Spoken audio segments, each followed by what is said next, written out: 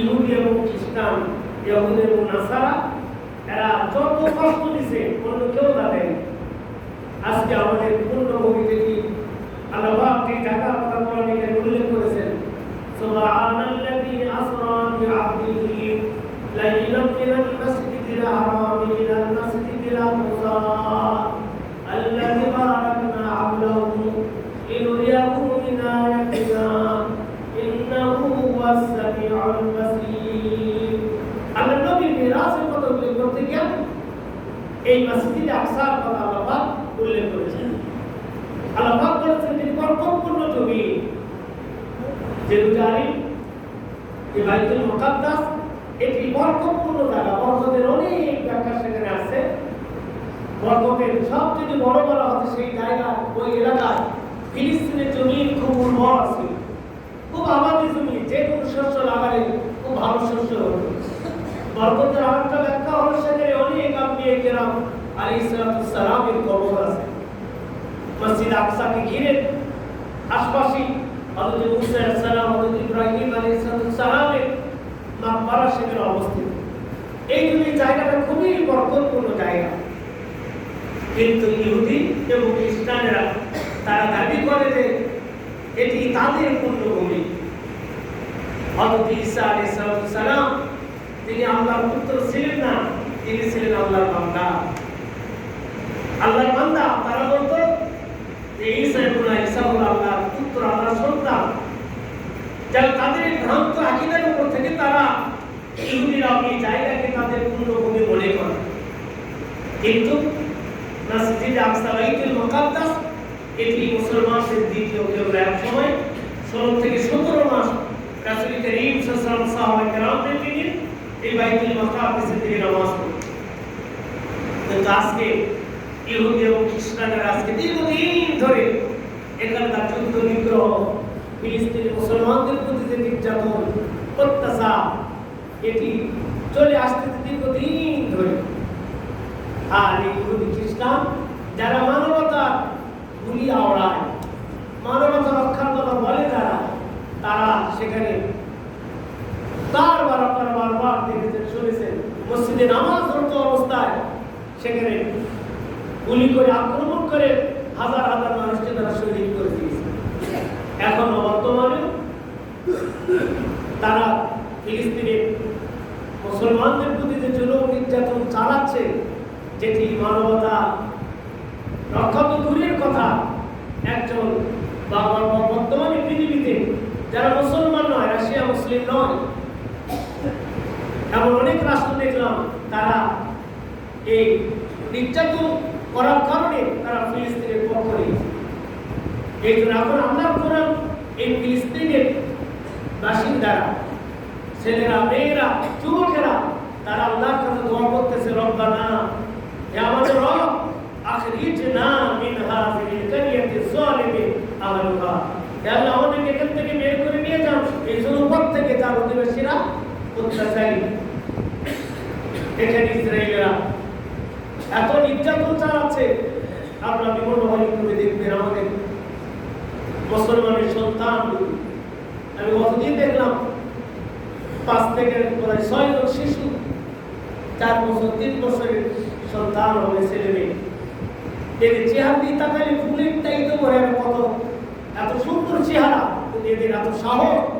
ছোট বাচ্চাদেরকে, 11 বছরের বাচ্চাদেরকে টেনে হেসে গাড়িতে উঠাচ্ছে, আর এই ছোট বাচ্চারা বলতেছে আল্লাহু আকবার। তারা বিমান আক্রমণ, বিমান হামলা চালিয়ে কত শিশুদেরকে হত্যা করতেছে। এই সব মুসলমানের সন্তানের আল্লাহ বলতেছে, আল্লাহ আমাদেরকে মুক্ত করে দেন, আমাদেরকে বাঁচান। আর এদের পক্ষ অবলম্বন করা, যারা ইমানদার, যারা মুমিন মুসলমান, প্রত্যেকের দায়িত্ব তো ওখানে উপস্থিত হওয়া, তাদের পক্ষে লড়াই অবতীর্ণ হওয়া। এতটুকু না পারলে যে কোনোভাবে সুযোগ থাকলে অর্থনৈতিক সাহায্য করা, না পারলে তাদের পক্ষে কথা বলা, তাদের পক্ষ অবলম্বন করা।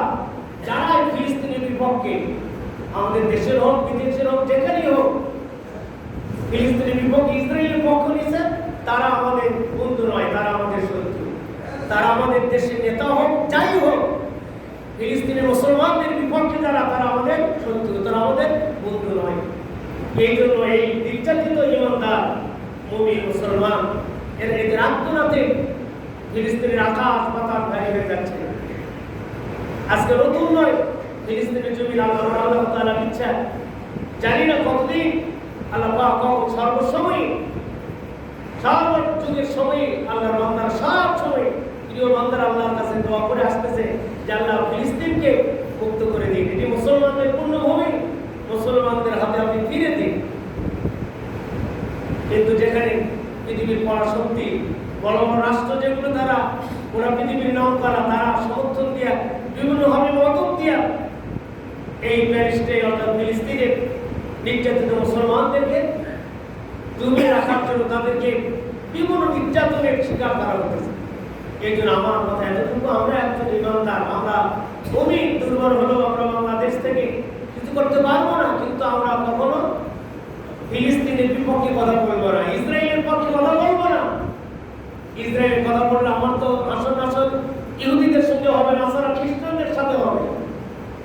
এই জন্য আমাদের দায়িত্ব, আমরা অন্তত যতটুকু পারি সমর্থন করবো, কথা বলবো, নামাজ পড়ে করে আল্লাহর কাছে দোয়া করি, তাহাজ্জুদ করে আল্লাহর কাছে দোয়া করি। এই ছোট্ট শিশুদেরকে যেভাবে নির্যাতন করা হচ্ছে, একজন ইমানদার বান্দা দেখলে তার চোখে পানি থাকতে পারে না। আল্লাহ পাক ইমানদার মুমিন মুসলমানদের সব সময় কিছু ত্যাগ চান, যে ত্যাগের মাধ্যমে আল্লাহ তাআলা একদিন বিজয় দান করেন। আমার মনে হয় সেই দিন মনে হয় বেশি দিন বাকি নয়, যে ফিলিস্তিনের মুসলমানদের যত ত্যাগ তিতিক্ষা তারা স্বীকার করেছে হয়তো এগুলো আল্লাহর কাছে কবুল হয়ে গেছে। এমন একদিন সময় হয়তো আসতেছে আল্লাহ তাআলা এই ফিলিস্তিনকে আল্লাহ তাআলা মুক্ত করে দিবেন। আমরা দোয়া করে আল্লাহ কোরআনে বললেন আল্লাযীনা আমানু ইউকাতিলুনা ফি সাবিলিল্লাহ ওয়াল্লাযীনা কাফারু ইউকাতিলুনা ফি সাবিলিত তাগুত। আমরা আল্লাহ বলেন আল্লাযীনা আমানু যারা ঈমানদার ইউকাতিলুনা ফি সাবিলিল্লাহ, তারা তো লড়াই করে আল্লাহর রাস্তায়। যারা ঈমানদার তারা আল্লাহর রাস্তায় লড়াই করবে, মুসলমানদের পক্ষে লড়াই করবে। ওয়াল্লাযীনা কাফারু, যারা কাফির ইউকাতিলুনা ফি সাবিলিত তাগুত, তারা লড়াই করবে তাগুতের পক্ষে হয়ে, তারা লড়াই করবে ইসরায়েলের পক্ষে হয়ে। আর ঈমানদার বান্দা যারা এরা লড়াই করবে মুসলমানের পক্ষে, ফিলিস্তিনের পক্ষে। আমরা আল্লাহ বলেন ফাকাতিলু আউলিয়া আশ-শাইতান, আমরা আল্লাহ বলেন তোমরা লড়াই করো আউলিয়া শাইতান, শয়তানের বন্ধুর সঙ্গে। শয়তানের বন্ধু ইহুদি খ্রিস্টান যারা ইসলামকে বিদায় দিতে চায়, এরা সব শয়তানের দোসর, শয়তানের বন্ধু। এই শয়তানের বিপক্ষে তোমরা লড়াই করো। ইন্না কাইদা শাইতানি কানা দাঈফা, নিশ্চয় শয়তানের ষড়যন্ত্র দুর্বল, শয়তানের ষড়যন্ত্র দুর্বল। আল্লাহ তাআলা কাছে বান্দারা সাহায্য চায়, বলে আল্লাহ মিল্লাতুকা নাসীরা, হে আল্লাহ আমাদের সাহায্যকারী দান করুন। আল্লাহ পাকের পক্ষ থেকে যদি কোথাও সাহায্য নাযিল হয়, আল্লাহ যদি কোনো কওমকে সাহায্য করেন, সেখানে পৃথিবীর যত ক্ষমতাধর হোক, অস্ত্রে বলেন, মালে বলেন, প্রশাসনিক দিক দিয়ে বলেন, যতই শক্তিশালী হোক, আল্লাহর সাহায্যের কাছে কোনো বাতিল ক্ষমতা টিকতে পারবে পারে। এই জন্য আমাদের দায়িত্ব, আমরা রাসূল করিম সাল্লাল্লাহু আলাইহি ওয়াসাল্লামের সুন্নাতের উপর আমলের মাধ্যমে, আল্লাহ নবীর সুন্নাতের উপর আমলের মাধ্যমে আমাদেরকে দিনের উপর চলার জন্য আমাদের হাজারো চেষ্টা করতে হবে। আমরা নবী করিম সাল্লাল্লাহু আলাইহি ওয়াসাল্লামের সুন্নাত ছাড়া আমরা ইহুদি নাসারা খ্রিস্টান, আজকে গোটা পৃথিবীতে ইহুদি খ্রিস্টান নাসারাদের আমদানি রীতিনীতি আমাদের সমাজে চলে আসছে, যার কারণে নবীর সুন্নাত ঢাকা পড়ে গেছে। এই জন্য আল্লাহ নবী বলেছেন যে মান তামাসসাকা বিসুন্নতি ইনদা ফাসাদি উম্মতি ফালাহু আজরু মিয়াতু শাহীদ। আল্লাহ নবী বলেছেন যারা আমার সুন্নাতকে আঁকড়ে ধরবে, আমার সুন্নাতকে মজবুত করে ধরবে, তখন ইনদা ফাসাদি উম্মতি, যখন আমার উম্মতের মধ্যে ফাসাদ বিপর্যয় দেখা দিবে। মুহাদ্দিসগণও বলেছেন যেই সময় নবীর সুন্নাতকে ছেড়ে দেওয়াকে ভদ্রতা মনে করা হবে, আর নবীর সুন্নাত মানাকে অভদ্র মনে করা হবে, এমন এক সময় তখন আসবে সব উম্মতে মুহাম্মদের নবীর সুন্নাত ছাড়বে। কারণ নবীর সুন্নাত ছাড়াটাই ভদ্রতা, আর নবীর সুন্নাত মানাকে তারা অভদ্রতা মনে করবে। এমন এক ফিতনা মুসলমানদের সময় তখন আসবে। ওই সময় যদি তারা আল্লাহ নবী বলেন আমার উম্মতেরা যদি আমার সুন্নাতকে আঁকড়ে ধরে, তাহলে ওই বান্দাদের আমলনামায় 100টি শহীদের সওয়াব তাদের আমলনামায় লেখা হবে। এই জন্য আমাদের হাঁটা, আমাদের চলা, আমাদের ফেরা, আমাদের সংসার, আমাদের চাকরি, আমাদের ওঠা বসা, যাবতীয় কার্যক্রম আমাদের নবী করিম সাল্লাল্লাহু আলাইহি ওয়াসাল্লামের সুন্নাহ মোতাবেক হবে। নবী করিম সাল্লাল্লাহু আলাইহি ওয়াসাল্লামের ভালোবাসা মহব্বত আমরা অন্তরে জায়গা দিয়া বলে নবীর সুন্নাহ মোতাবেক আমরা জীবন পরিচালনা করার জন্য আমরা চেষ্টা করব। অবশ্যই রাসূল করিম সাল্লাল্লাহু আলাইহি ওয়াসাল্লামের সেই বিদায় হতে খুব দারুণ কথা বলে গেছে, ইন্নী তারাকতু ফীকুম আমরাইন, আমি তোমাদের কাছে দুটি জিনিস রেখে গেলাম, যদি তোমরা এই দুটা জিনিসকে মজবুত করে ধরে রাখো, ফালান তাদিলু আবাদা, তোমরা কখনো গোমরাহ হবে না। কিতাব আল্লাহ, একটা হলো আল্লাহর কিতাব, ওয়া সুন্নাত নবী, আরেকটা হলো নবীর সুন্নাহ। সুবহানাল্লাহ। একটা হলো আল্লাহর কিতাব, আরেকটা হলো নবীর সুন্নাহ। আল্লাহর কোরআন আর নবীর সুন্নাহকে যদি তোমরা মজবুত করে ধরে রাখো, তাহলে ফালান তাদিলু আবাদা, তোমরা কখনোই গোমরাহ হবে না, তোমরা কখনোই পথভ্রষ্ট হবে না। সাহাবা কেরাম রাদিয়াল্লাহু আজমাইন তারা রাসূল করিম সাল্লাল্লাহু আলাইহি ওয়াসাল্লামের সুন্নাতকে আঁকড়ে ধরেছিল। এরপরে তবে আইনে মুস্তাহিদিন সালফে সালিহিন, আমাদের আকাবিররা নবীর সুন্নাতকে তারা পূর্বে ছাড়েনি, সব জায়গায় নবীর সুন্নাতকে আঁকড়ে ধরে রেখেছিল। এই জন্য আল্লাহ পাক তাদের উপর সাহায্য করেছিল। আল্লাহর কোরআন কেন্দ্রিক ওয়াদা, মুমিনের প্রতি সাহায্য করা আল্লাহ পাকের দায়িত্ব। মুমিনদের ঈমানদেরকে সাহায্য করা আল্লাহর দায়িত্ব, কিন্তু প্রকৃত মুমিন হলে আল্লাহর সাহায্য হয়। এই প্রকৃত মুমিন হওয়ার ব্যাপারে আমাদের ঘাটতি আছে। নবীজির সুন্নাত উপর আমলের ব্যাপারে আমাদের হাজারো ঘাটতি আছে। রাসূল করিম সাল্লাল্লাহু আলাইহি ওয়াসাল্লাম পুরো পৃথিবীর মানুষকে দেখায় গেছেন, সাহাবা কেরাম রাদিয়াল্লাহু আজমাইন আল্লাহর নবীর সুন্নাতকে, সুন্নাতুল আমল করে আল্লাহর নবীকে দেখায়, পুরো পৃথিবীর মানুষকে দেখায়। শেষ রাসূল করিম সাল্লাল্লাহু আলাইহি ওয়াসাল্লাম পুরো পৃথিবীর উম্মতকে দিবারে মদিনা মুনাওয়ারায় তিনি পৃথিবীতে এমন কোনো নজির নাই যে স্বামী মারা গেলে স্ত্রীর ঘরের মধ্যে কবর হয়। একমাত্র আমাদের নবী মুহাম্মদ রাসূলুল্লাহ সাল্লাল্লাহু আলাইহি ওয়াসাল্লামের রওজা আকদাস আয়েশা সিদ্দিকার রাদিয়াল্লাহু ঘর, যে ঘরে থাকতেন আয়েশা সিদ্দিকা, ওই ঘরের ভিতরে যেখানে আল্লাহ নবী শুয়ে ছিলেন, ওই জায়গাতে তার কবর। আয়েশা সিদ্দিকা রাদিয়াল্লাহু আনহা আল্লাহ নবী বলেছেন, আয়েশা, নবীদের তো নিয়ম, নবীরা যেখানে ইন্তেকাল করে ওই জায়গাতে তাদের কবর হয়, তো আমি তোমার ঘরে থেকে বিদায় নেব, তোমার এই ঘরটাই তো আমার জন্য কবর হওয়া আবশ্যক। তুমি কি তোমার এই ঘর আমার জন্য কবরের জন্য দিবে? আমার জন্য কবরের অনুমতি তুমি দিবে?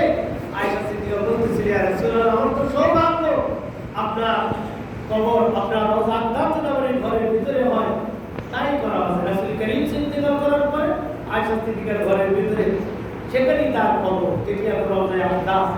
আয়েশা সিদ্দিকা বেঁচে থাকা অবস্থায় কাঁচা ইটের একটা ওয়াল তুলে এরপর আয়েশা সিদ্দিকা ঘুমাতেন, এরপর রাসূল করিম সাল্লাল্লাহু আলাইহি ওয়াসাল্লাম রওজা আকদাস।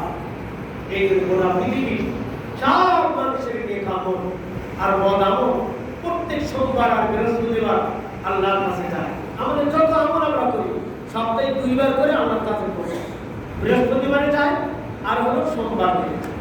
এই জন্য আল্লাহ নবী বৃহস্পতিবার সোমবার দিন বেশি রোজা রাখতেন। আল্লাহ পছন্দ করতেন যে আমার আমল এইভাবে আপনার কাছে পৌঁছুক যেন আমি রোজা আছি।